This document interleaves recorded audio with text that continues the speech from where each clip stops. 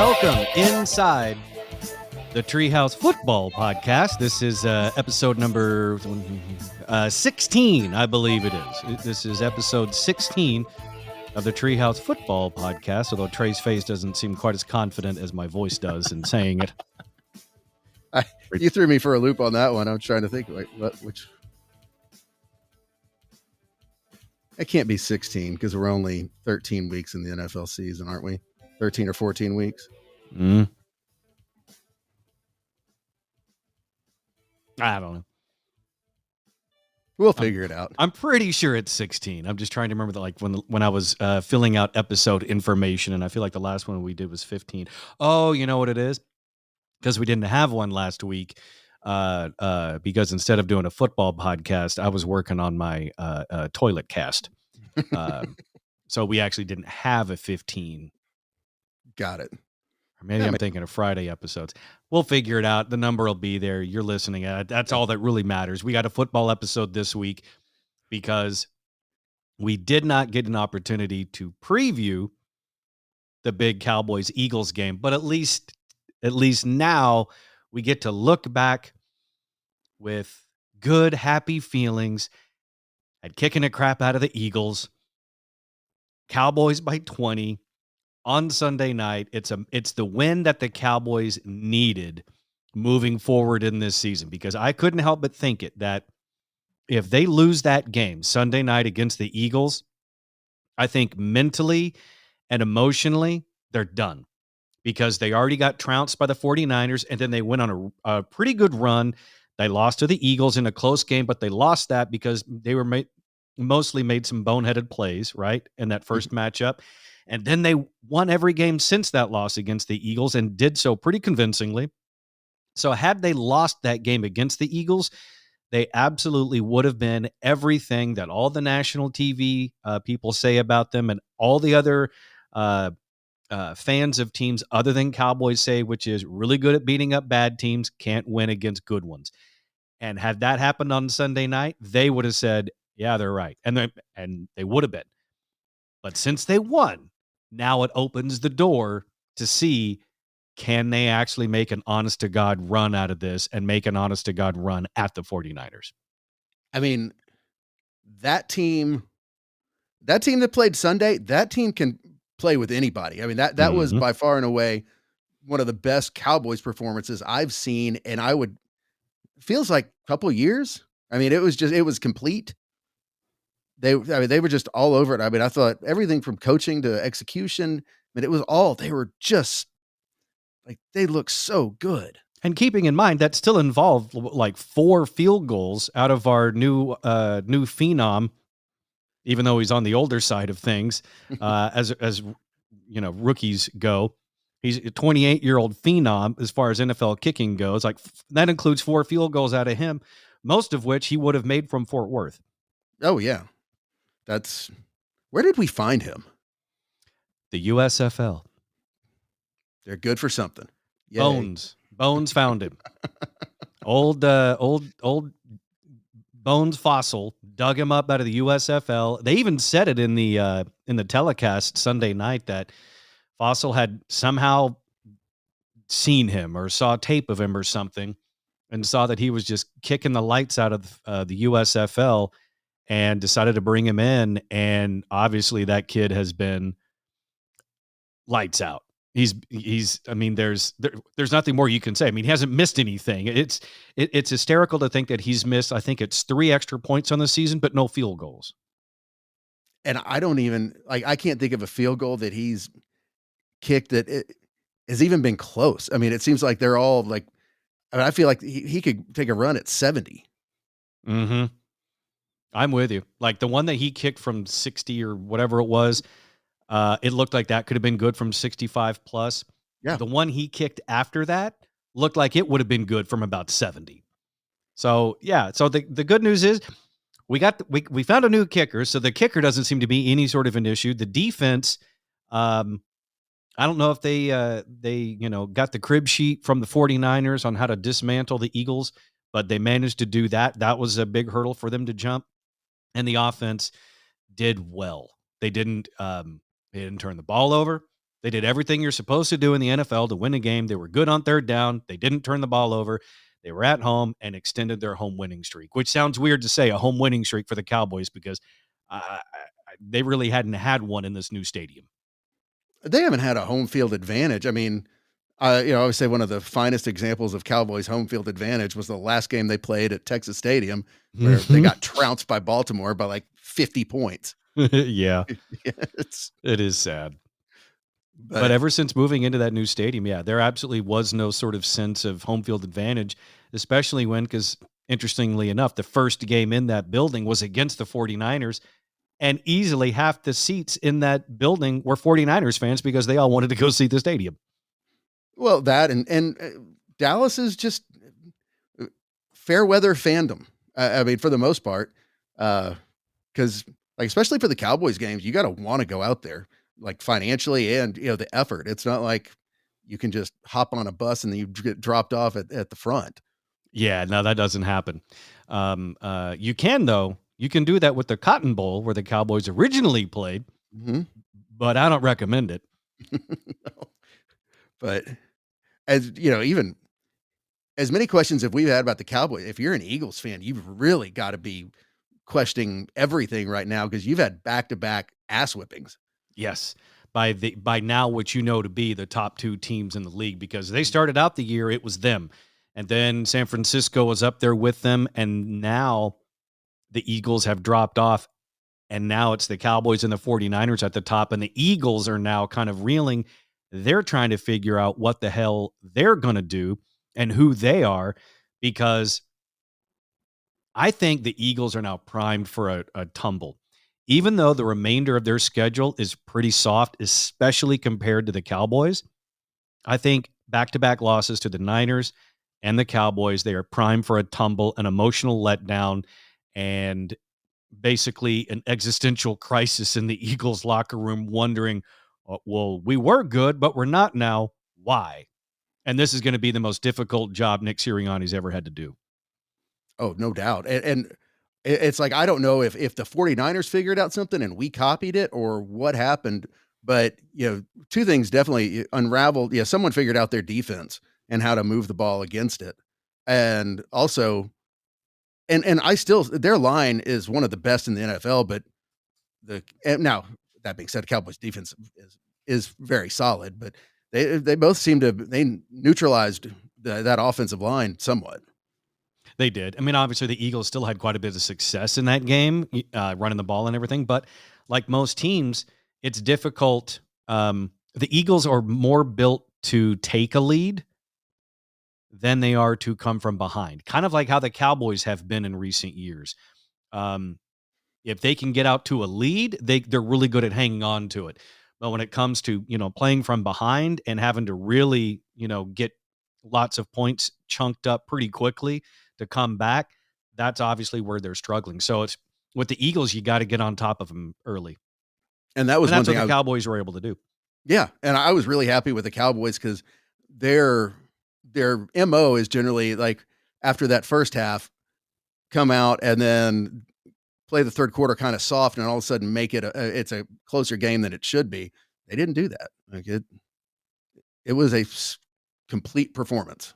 Yes, it was the game that the Cowboys needed, and it was the worst case scenario for the Eagles. So it was a beautiful thing to watch as a Cowboys fan, because you got to see Eagles fans unhappy because they were talking all sorts of trash after their 5-point win at home over the Cowboys a handful of weeks ago, despite the fact that they're running around thinking like they just won the Super Bowl again, even though it was a regular season game against the Cowboys, where 2 touchdowns get called back for the Cowboys, right? Mm-hmm. And the Eagles are still running around town screaming, we're the best, we're the best. It's like, I think you should go back and watch that game some more, because if the Cowboys hadn't done a couple of boneheaded things, this would have been a completely different outcome. But now it doesn't matter. Well, I think one of the things the Cowboys did is this game took care of the ball, and Philly did not, and they capitalized on that. But yeah, I will say it is. I'm sorry. Go ahead, Trey. Oh, I was just going to say it's interesting because I don't know. After about 5-6 weeks in the season, the two teams I really thought were the best in the NFL were Philly and Miami, and both of them are suffering some kind of crisis, especially Miami lose to the Titans at home. Look, I'm in Miami right now, and I feel like not so much an expert, but I can at least speak to the mentality of people in this city. You have no idea. Like, it took 20 minutes to get gas earlier. There are things in the city that just don't make sense. So the Dolphins losing at home against the Titans actually makes sense because Miami makes no sense. You never know what you don't know. They might be on a really good, a Coke binge, like a South Beach type thing, and they throw up 70 something points. Or they wake up the next morning and they're face down in the gutter, and then they lose to the Titans. I think you just actually gave Florida a new slogan, a new marketing campaign, and everything. Because instead of Oklahoma is okay, Florida, you don't know.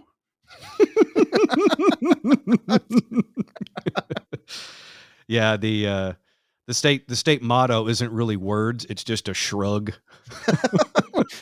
With a guy with like a crack pipe hanging out of his mouth.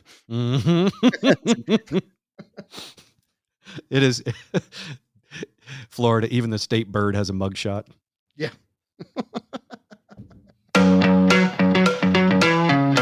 You're in the Treehouse. Visit us online at treehouseonair.com. You're listening to the Treehouse.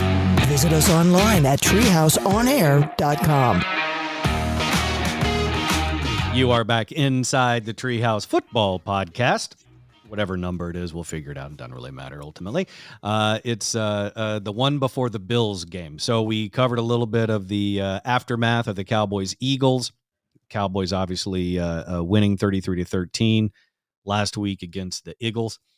Now we look forward into just a couple of days, another late afternoon game. This time, though, this is where the schedule really kicks it up a notch. It was already stepped up with the Eagles matchup, but now the Cowboys got to go on the road to Buffalo in December, take on the Bills, which they've had an interesting season, but the main thing to think of is whatever's happened earlier in the season, now it's coming down to the end of the season when all the good teams are going to start to rise to the top, and the Bills have started to do that because they're coming off a big emotional win over the Chiefs.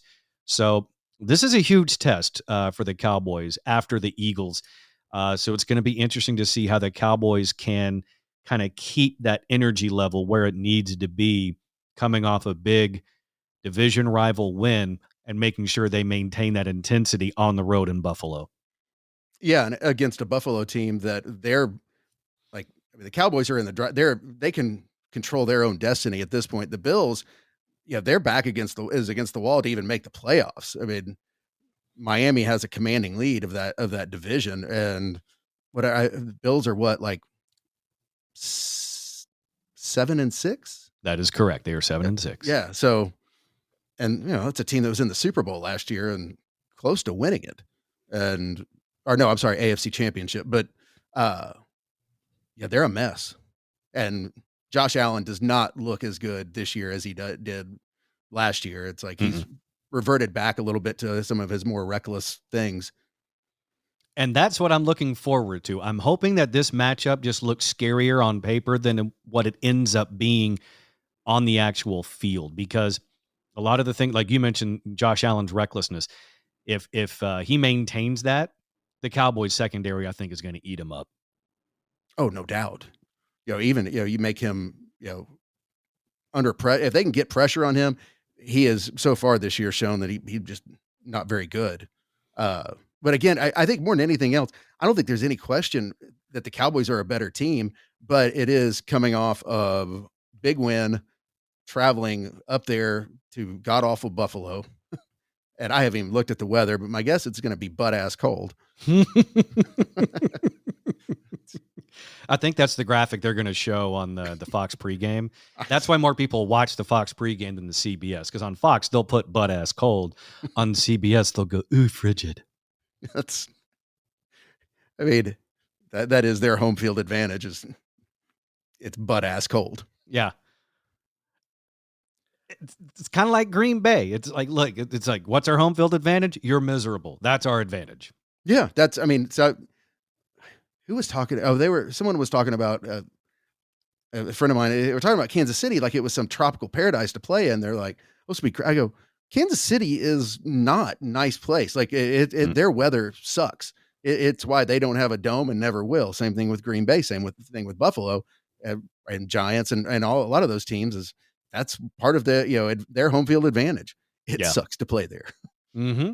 And with a place like Kansas City, when you're stuck right in the middle of the country like that, not only do you get all the heat of the summer, but you get all the cold of winter. So Kansas City is one of those places because there is no actual terrain. It's just flat land, right? It's the plains. Mm-hmm. So when it's hot, and when it's cold, it is cold. There is nowhere to hide, and you're just in it. Yeah, and the wind is just brutal. So. Mm-hmm. So anyway, Cowboys go to Buffalo, take on the 7-6 Josh Allen Bills. I am, without getting too far ahead, I'm confident in this game because having been a Cowboys fan for as long as I have, and that includes all the way back in the 80s and the 90s, as long as I've been alive, I've seen the good, I've seen the bad, I've seen the ugly. And I've seen one of the most dangerous emotions as a Cowboys fan multiple times, and that is hope. And the Cowboys are very, very good at giving us Cowboys fans hope. And because of that hope, sometimes as Cowboys fans, we can be a little annoying to other fan bases because when our team does something good, we're happy. We support our team in doing good things. But we're also in an abusive relationship with our team because they'll give us hope and then they'll smack us down, but then say they still love us, and then we take them right back, and then it's the next season again, and then it start over. And so what I'm getting at here in a very long-winded way is we're right back where we are almost every year, which is believing in the team. They finally got me to believe. I was on the skeptical train the whole way up until that win against the Eagles. I said, if they beat this Eagles team convincingly, then I'll believe that they're legit. Now that I say that, watch them face the 49ers in the playoffs and get their asses kicked. I don't know, but at least right now, I think they're legit. I think you described it very well in that it's just kind of an abusive relationship. And although I am kind of with you, I think they've changed. And I believe in them and I have hope for them and I'm behind them. I'm still going to flinch a little bit if they raise their hand towards me. As am I. I think we all do. Like, even if you're watching the games in person, the whole, like at some point, everyone in their seats goes, "Whoa, yeah, don't put it on me one more time, please don't." You said never again. Yeah, I get it a double whammy because Texas, the Longhorns are the same thing. I'm glad you brought that up because since we were not on last week for the football show, we didn't get a chance to talk about the college football quote unquote playoff. And once again, that goddamn committee, was it really worth it to go to the 4-team playoff for them to still just kind of pick and choose teams about who get in, and then no matter what you do, people are pissed off. So it really seems like either you just pick your top 2 teams and let them play for the title game, or you have an honest to goodness 8-team or 10-team playoff. Oh, I mean, next year it goes to 12. So and what's going to happen? The debate is going to be over 13, 14, and 15. Who should have, because then you get into seedings and the top 2, I think, have a bye the first week, all the other stuff. I will say this, everyone complained about the old bowl system when in point of fact, there really weren't that many years that it was really screwy. And, if it was, sometimes you had a split national championship, then you went to the BCS. BCS, for the most part, it had a couple of rough years, but it wasn't that bad. Yeah. And this, as the last year of the 14, it was the one time I will give them credit. There was an absolute no-win situation. Mike, with the 4 teams that they put in, they knew they were going to leave out one team that was going to feel extremely slighted. And this year, Florida State ate it. Well, I see everyone jumps on Florida State because they were 13-0. And yes, that is impressive.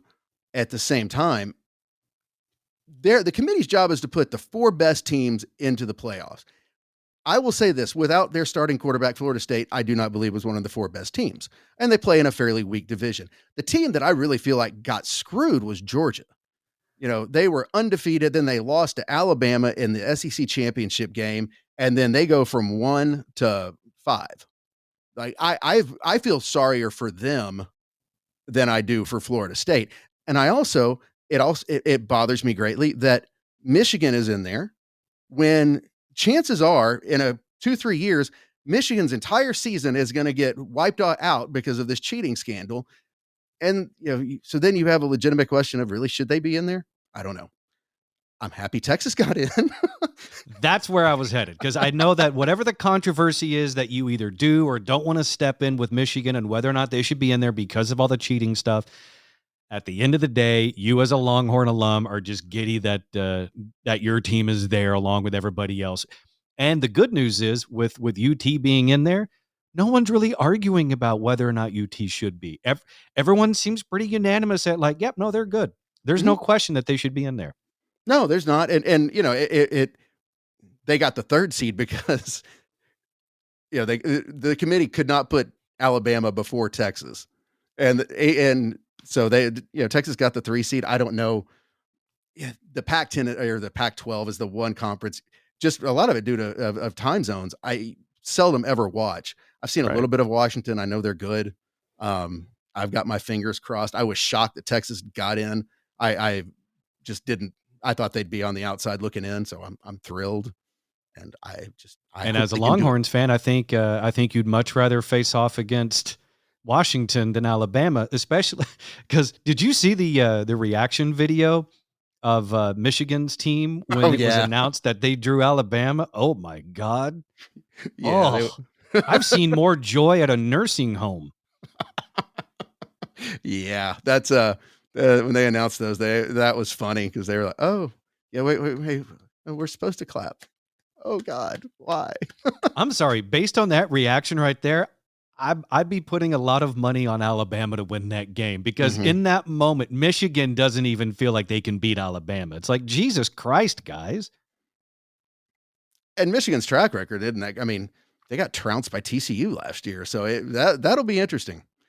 But I would love to see a Texas-Alabama rematch in the national championship. And trust me, so would Alabama. Alabama would love nothing more than to take out Michigan and to get some vengeance on your Longhorns on the way to a national title.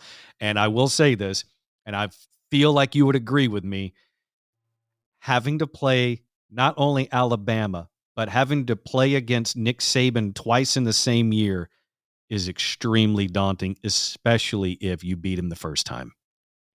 Oh, not only you beat him the first time, you gave him his worst home loss in his career. So yes, I absolutely, it scares me to no end, the thought of that, but at least I love the fact that if that happens, especially right as they're going into the SEC, that it makes it look really good that they're playing another SEC team for the national championship.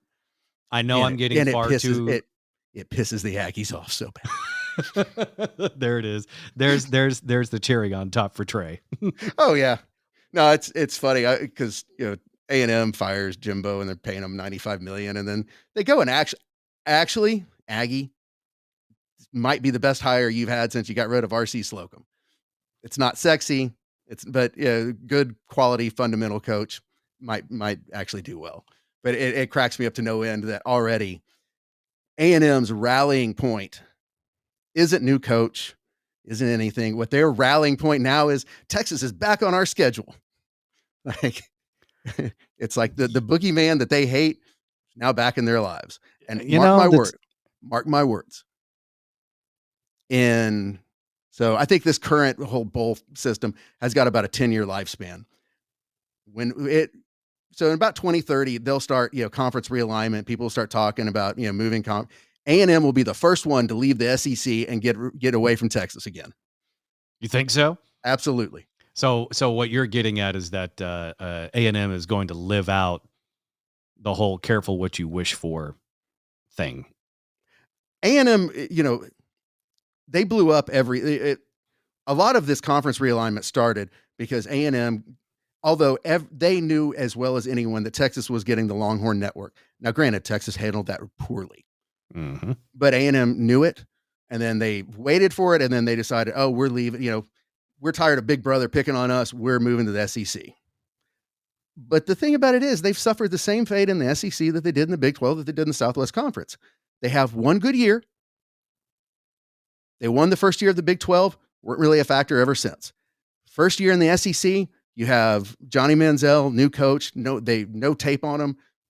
They beat Alabama. They don't really do anything. They ended up, I think, playing in the Cotton Bowl, but it was still, that's the season, and Manziel won the Heisman and they were back. And since then they've been Aggie.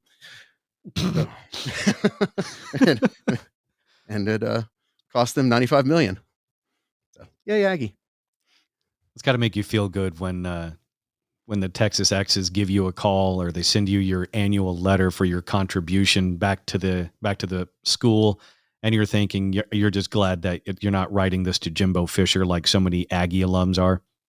Oh, this was they really didn't publicize this, but at that last game after they had fired Jimbo, the alumni associate, whatever they call their 12th man, I think it's actually the 12th man foundation, which is their basically athletic booster alumni club, handed the AD a check for $161 million. So basically they just said, hey, and they have only school that has more money than A&M right now is Texas. It's both a lot of oil money. And, but basically saying, yeah, we're paying for 90 and here's, an advance or your next screw up. That really does seem like an Aggie thing. We're already planning for our next failure.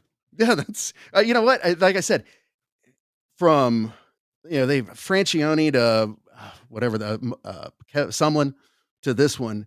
Yeah, they've gone out and hired these big name coaches that, if you go back and look at their track record, they had one good year and the coaches capitalized on it. And point of fact, they really weren't very good coaches. And they pissed away a whole bunch of money. That's why getting the guy from Duke, it's actually it's not sexy, but it's a good hire. I think it's smart because what they were bringing in before was sort of the equivalent of a house flipper. And what they need is someone long-term to actually, build something from the ground up as opposed to coming in and just changing out, the fixtures. Well, they were all, honestly, the nerd dating the really hot girl. She's going to leave you sooner or later, she looks good, but it's not good. And that's, they've now gone out and they've, if Aggie is, a middle-aged frumpy guy, they went out and just kind of got a middle-aged frumpy woman and they might make a nice couple. At least no one's going to look at him and go, what are you doing with him? Yeah.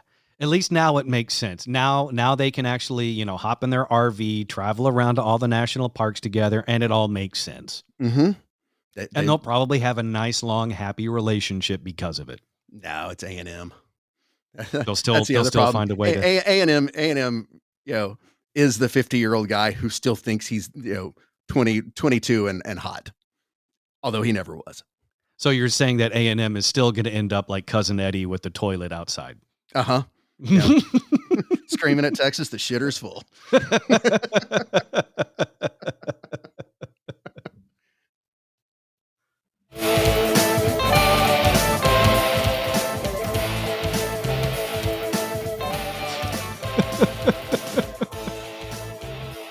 We need to make that little graphic with the different team logos on the Christmas Vacation movie. Oh, yeah. Those little videos where you put like the A&M symbol above Cousin Eddie and the Texas. Yeah. Yeah. The Texas is Clark inside. Mm-hmm. And the Todd who comes out to go running when he smells what Eddie's doing, that's probably, I don't know, Baylor or TCU or somebody. And it actually would be fitting because, in Texas, plugging in the Christmas lights, and going completely over the top and frying themselves. That would be very apropos as well. I love it. All right, I know what I'm doing this weekend. Yeah. All right, thanks for hanging out with us in the Treehouse for the football podcast. Coming up next tomorrow, hop in for the Friday episode. Always fun to do that. We will see you next time right here in the Treehouse. See ya.